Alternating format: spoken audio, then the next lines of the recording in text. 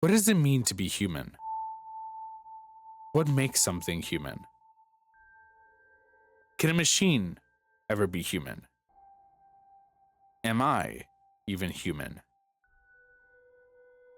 Nier Automata explores the topic of humanity from a plethora of different angles, hoping to uncover the meaning of being human.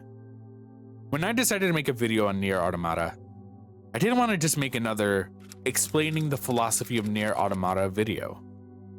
Other creators have done a great job exploring that topic already. And sometimes, I think too much emphasis is placed on the philosophers that it overshadows many other aspects of the game. So, I thought I would tackle a different issue. How humans learn, and why the machines and androids' misunderstanding of learning ultimately led to their destruction.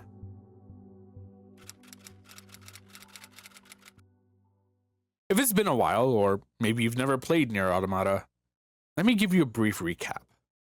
In the far future, humanity and aliens were at war. Aliens had created machines to fight the humans, and eventually, humanity was forced to flee to the moon. In response, humanity decided to create androids to fight the aliens and their machines. As the androids 2B and 9S, it is your mission to eradicate the machines so that humanity may win this war against the aliens and retake Earth. However, things are more complicated beneath the surface, as the machines are not nearly as united as believed, and the aliens and humans have long since perished. And some machines have taken to forming pockets of civilization, mimicking human ideas of identity and society.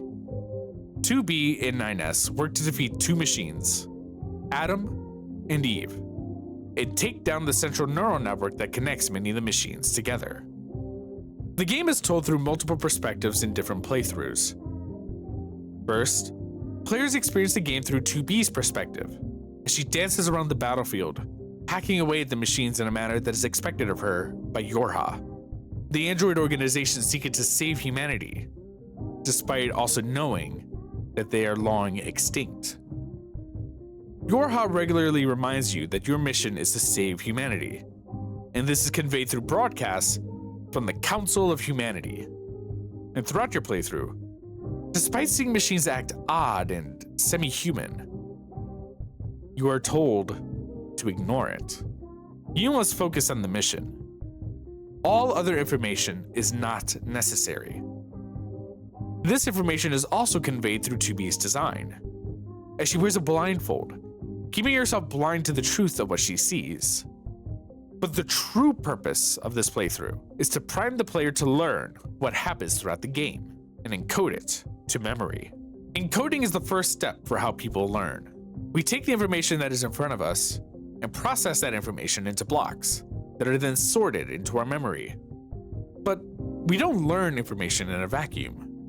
People will often have some pre-existing knowledge that new knowledge can integrate with and build stronger connections. In this case, people playing Nier Automata for the first time will likely not have a framework to work with. This could result in a lot of information being lost or seem meaningless. For example, there's a side quest which reveals the existence of a new type of android, Type E. And the job of a Type E android is to eliminate Yorha androids who desert or betray Yorha. This side quest has important information that is relevant later on in the story. But on our first playthrough, you may not know and not think too deeply about the information, and thus not encode it for long-term use. It is why this playthrough as 2B is meant to lay a foundation to the world. It's likely players didn't fully comprehend their actions as they were happening, and if anything is forgotten, the gaps will be filled during the second playthrough as 9S.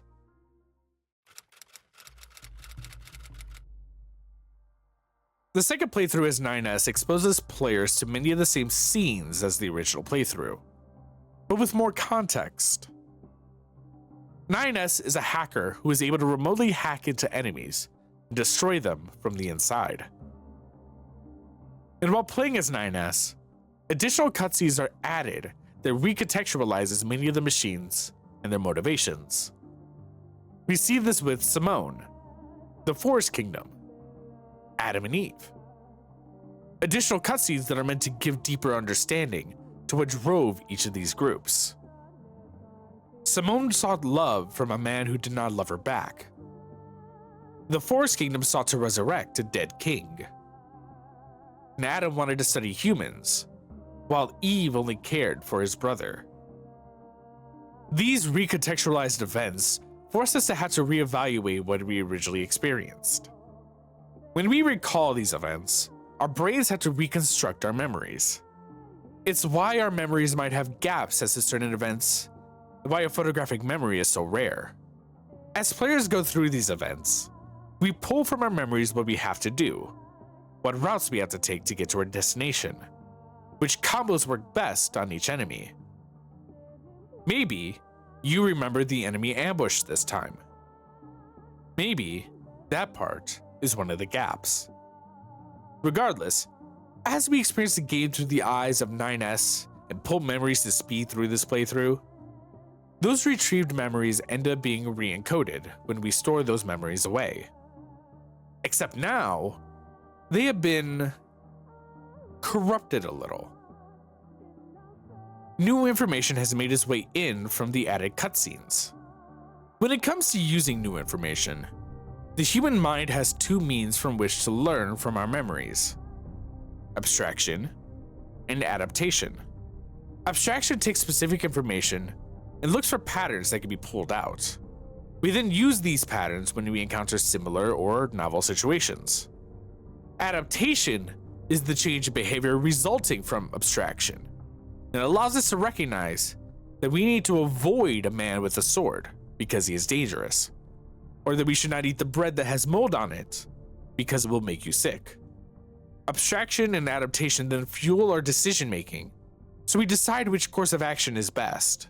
And it's these tools that we'll need as we begin to see the failure of machines and androids alike during the third playthrough. Routes C and D are relatively the same, minus the ending, so I will just be referring to this section of the game as Route C for the sake of simplicity. But it is here where the consequences of the knowledge we gained and the actions taken by the characters comes to bear. We see the fall of Yorha, who decided to continue a war against the machines, despite there being no humans to fight for, only for the entire organization to be infected with a logic virus and be destroyed.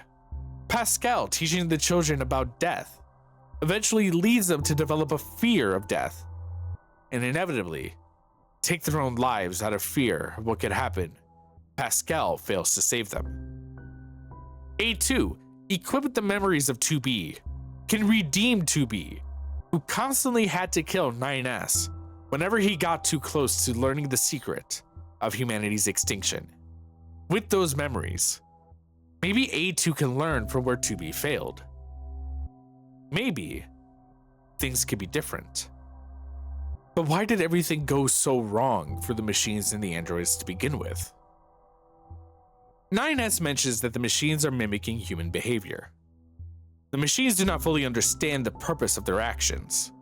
When we find them in the desert, they mimic reproductive acts, but they lack the specific parts necessary for it. They imitate, but cannot comprehend. They lack the ability to abstract. Simone dressed herself more and more like a woman because humans would make themselves look pretty to catch someone's attention. Simone kept trying to make herself more and more beautiful for Jean-Paul, wanting his affection. But Simone didn't understand love, nor what beauty meant outside of surface level beauty. The Forest Kingdom believed that placing the memories of their dead king in a baby would allow them to continue surviving, only for the baby to never grow, because of course a machine cannot grow. Yet, they managed to survive for 128 years already, so they should have learned what they needed to do to survive, even without a king. Hell, We could look at the first scene of Route B, showing a machine bringing a bucket of oil to his brother over and over, only for it to be in vain. This ability to abstract could have allowed the machines to evolve to a more human state. But the androids don't have this imitation problem. Instead, they have an issue with their memories themselves. 9S mentions at the beginning of the game, after you detonate your black boxes, that he only has time to upload 2B's memories, not enough time to upload his memories. The black box is a tool that is used to sync an android's data with the bunker to preserve the android's memories, effectively rendering death meaningless. But memories are also regularly deleted by Yorha after each operation to ensure that the secret about humanity's extinction is never revealed. Over and over, 2B has to kill 9S for getting too close to discovering humanity's secret.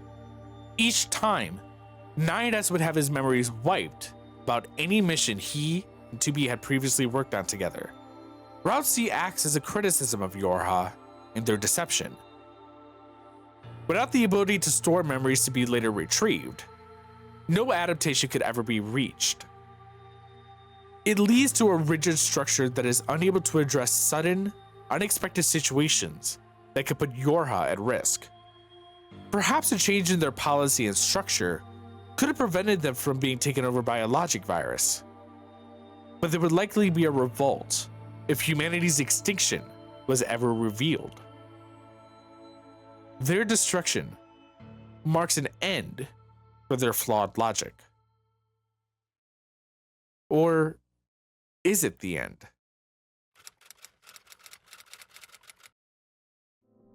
Ending E is a very unique experience.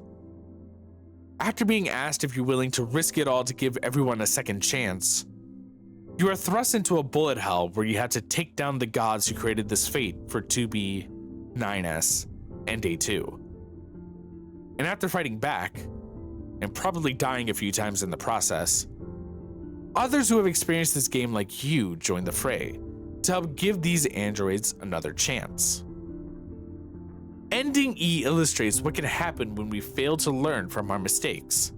We fight on in vain, struggling desperately to create a new future for the androids we learn to care for.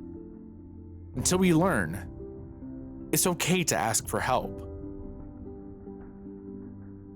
When we rely solely on ourselves to learn, we can only go so far. Through others, will we be able to surmount any obstacle in our way? And the ending allows for the possibility for something new to take form. It's not a perfect resolution, but there is hope. Nier Automata is often heralded as an incredibly smart game for the ability to integrate philosophy with its gameplay. I'm not a philosopher, and many of the principles were lost on me on first playthrough. To know that Roshi, Koshi, Soshi, and Bokushi are supposed to be Japanese readings of Chinese philosophers is something that requires incredibly particular knowledge that the vast majority of players are not going to have on first encounter. But that goes to show the brilliance of Nier Automata's story. The game is not a masterpiece because they quoted a philosopher and now you have a new line you could drop the next time you're with your friends. It's a masterpiece because the story is well constructed to draw numerous parallels between the androids and the machines and their failure to understand humanity. Humanity had to learn to survive. We thrived because we could adapt, because we remember, because we can grow past what we were.